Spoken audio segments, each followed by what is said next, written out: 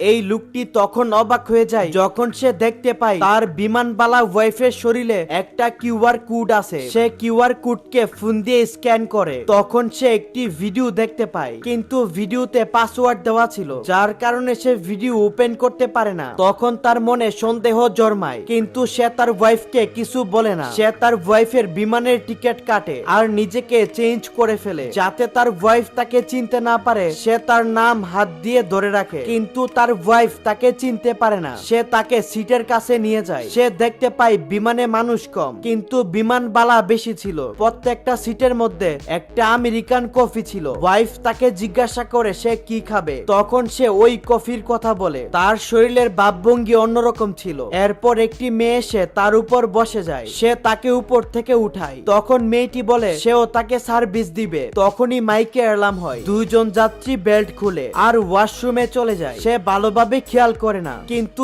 যখন তার ওয়াইফকে একজন নিয়ে যায় তখন সে ঘাবড়ে যায়। লাইক ফলোয়ার কিনতে এই নাম্বারে হোয়াটসঅ্যাপ করুন।